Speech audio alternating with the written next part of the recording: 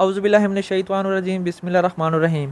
तो आज की इस वीडियो में हम बात करेंगे कि कायनात 11, 21 से 70 से 80 मन फ़ी एकड़ पैदावार कैसे हासिल की जा सकती है। तो जो मेरा ज़ाती तजर्बा है वो आप भाइयों के साथ शेयर करूंगा, क्योंकि पिछली दफ़ा मैंने 68 मन फ़ी एकड़ के हिसाब से यानी 68 मन फ़ी एकड़ के हिसाब से मैंने खुद पैदावार ली थी।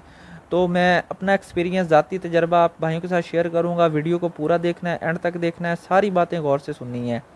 तो इंशाल्लाह अथेंटिक बातें होंगी, कोई इधर उधर की घुमा फिराई वाली बात नहीं होगी। तो सबसे पहले हम बात करेंगे पनीरी की। जब आपने पनीरी काश्त करनी है तो उसका सीड ट्रीटमेंट लाजमी करना है, क्योंकि अगर आप सीड ट्रीटमेंट नहीं करेंगे तो एक बीमारी होती है बकाइनी, वो आपके पौधे में आ जाएगी। वो पहले नज़र तो नहीं आती, लेकिन जब आप पनीरी शिफ्ट कर देते हैं तो पौधों की जो ग्रोथ है वो ज़्यादा हो जाती है। मतलब वो जो बकाइनी वाला पौधा होता है उसकी ग्रोथ ज़्यादा हो जाती है और बाद में आके वो मुरझा जाता है। तो ये सीड ट्रीटमेंट आपने लाजमी करना है। अब बात करते हैं हम पनीरी की एज के हवाले से। 28 से 35 दिन की जो पनीरी, उसकी बहुत ही अच्छी एज है, वो अपने खेत में शिफ्ट करें। इंशाल्लाह उसकी टिलरिंग भी अच्छी होगी, और अगर टिलरिंग अच्छी होगी तो आपको पता है पैदावार ज़्यादा आएगी। अब हम बात करते हैं दौरानिया, मतलब कौन सी एज हो, मतलब टाइम डेट 5 जुलाई तक 15 जुलाई एक बेस्ट अच्छी डेट है आपकी खेत में पनीरी शिफ्टिंग की। आपने 5 जुलाई से 15 जुलाई के अंदर अंदर अपनी जो है पनीरी खेत में शिफ्ट कर देनी है। ज़्यादा पैदावार हासिल करने के लिए अब जो चीज़ है ज़रूरी वो है पौधों की तादाद। पौधों की तादाद का खेत में पूरा होना बहुत ही ज़रूरी है। तकरीबन 80,000 पौधा आपके खेत में होना चाहिए, जिससे आपकी इंशाल्लाह अच्छी पैदावार आएगी। अब हम बात करते हैं पहले 40 दिन की अपाशी और खादों का जो शेड्यूल है। तो पहले 40 दिन में आपने पानी उसको बिल्कुल मुसलसल लगाते रहना है, उसमें सोका वगैरह नहीं आने देना आपकी फ़सल में।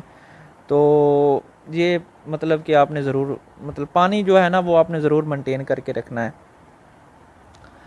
और जो पनीरी की शिफ्टिंग के 1 से 2 दिन बाद आपने उसमें वीडीसाइड का इस्तेमाल लाजमी करना है, ताकि आपकी जड़ी बूटियों से फसल महफूज रहे। असीटाक्लोर बिल्कुल भी नहीं इस्तेमाल करना, वो सस्ती दवाई है, जड़ी बूटियाँ तो मारती है लेकिन साथ आपके पौधों को भी नुकसान पहुँचाती है। आप कौनसल एक्टिव कर लें, बायर की बहुत ही अच्छी प्रोडक्ट है कौनसल एक्टिव, वो इस्तेमाल करें।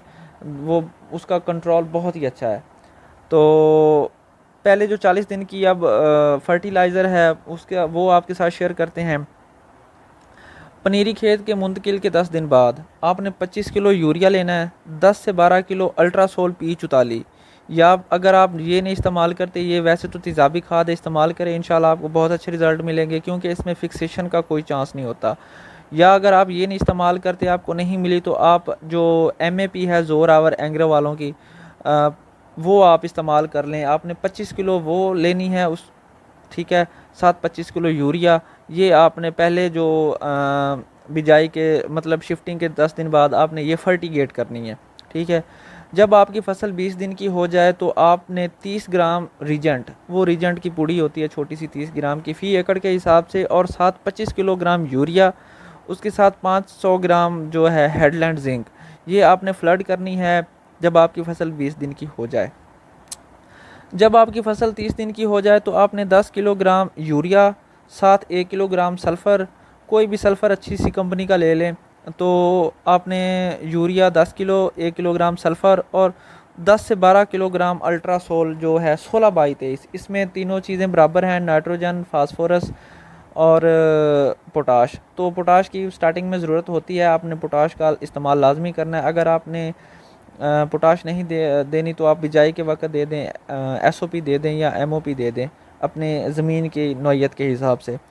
तो आपने अल्ट्रासोल जो है 16/23 या 25 किलोग्राम ज़ोरावर फिर आपने ऐड करनी। 25 किलोग्राम आप ज़ोरावर दे दें, या फिर आप अल्ट्रासोल जो है 16/23 ये इस्तेमाल कर लें। पहले से 40 दिन तक पानी जो है खेत में आपने मुसलसल लगाते रहना है, खड़ा रखना है। तो जब आपकी फसल 50 से 55 दिन की हो जाए तो इसके ऊपर कोई फंजीसाइड का स्प्रे कर दें।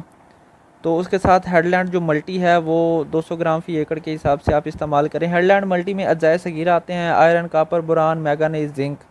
और जो फंजीसाइड है उसमें आप नटीवो का इस्तेमाल कर सकते हैं, आप टॉप गार्ड का इस्तेमाल कर सकते हैं, या और आप जो भी किसी अच्छी कंपनी पे मतलब के भरोसा रखते हैं तो आप किसी भी अच्छी कंपनी की कोई भी फंजीसाइड इस्तेमाल कर सकते हैं। उसके साथ अजाए सगीरा जो हैं उनका इस्तेमाल आपने लाजमी करना है।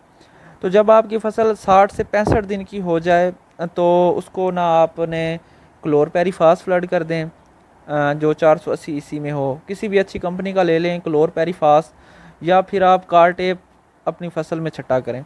कारटेप का ये इशू आता है कि वो सख्त होती है थोड़ी सी, जो छट्टा करने वाला आदमी होता है उसको मतलब नुकसान भी पहुंचा सकती है, थोड़ी सी सख्ती करती है। तो अब फ्लडिंग वाला काम जो है वो सही है, क्लोरपेरीफास ही बेस्ट ज़रिया है, तो आपकी फसल जो है वो कीड़े वगैरह से महफूज रहेगी।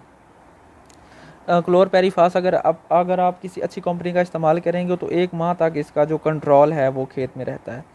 जब आपकी फसल 70 से 75 दिन की हो जाए, तो यानी कि ये मरला गोब का होता है, गोब की स्टेज पे आ जाए, तो 1 किलो आपने बोरान लेना है। बोरान का ये फ़ायदा है कि वो ग्रेन फिलिंग अच्छी करता है, इससे सिट्टे की भराई अच्छी होती है, पोलिनेशन का अमल बहुत ही अच्छे तरीके से होता है। 1 किलो बोरान और 10 से 12 किलोग्राम अल्ट्रासोल जो है 13-2-43। ये अल्ट्रासोल का मैं बार बार इसलिए ज़िक्र कर रहा हूँ कि हमारी जो पाकिस्तान की बेशतर ज़मीनें हैं उनकी पीएच हाई है, तो ये तेज़ाबी खादें हैं अल्ट्रासोल वाली, तो आपने इनका इस्तेमाल ही करना है, ये फ़िक्स नहीं होती। और दूसरी ये कि जो पहले से फ़िक्स शुदा खाद होती है ये उनको भी एक्टिवेट करती है। तो अल्ट्रासोल 13-2-43 आपने फ्लड करें 10 से 12 किलोग्राम फ़ी एकड़ के हिसाब से। उसके साथ कुछ मिकदार आपने फास्फोरस की भी शामिल करनी है, क्योंकि फास्फोरस बहुत ही ज़रूरी है हमारी ज़मीनों के लिए। फास्फोरस आप ज़ोरावर उस वक्त ऐड कर लें। और जब आपकी फसल 80 से 90 दिन की हो जाए तो आपने उसके ऊपर अपनी शाइनिंग के लिए, चमक के लिए, ताकि आपके जो दाने हैं उसका कलर प्यारा हो, तो उसके ऊपर एक पोटाश का स्प्रे करें। स्प्रेबल पोटाश ले लें, के लीफ ले लें, स्पीड फॉल के ले लें, कैटलिस्ट ले लें, कोई भी अच्छी कंपनी की कोई भी मतलब कि स्प्रेबल पोटाश ले लें, वो आप उसके ऊपर फॉलियर करें। और उसके साथ किसी भी अच्छी कंपनी के जो फंजीसाइड होगा, नटीवो ले लें, टॉप गार्ड ले लें, उसका स्प्रे करें। इंशाल्लाह आपकी पैदावार भी अच्छी आएगी और आपकी फसल भी महफूज रहेगी।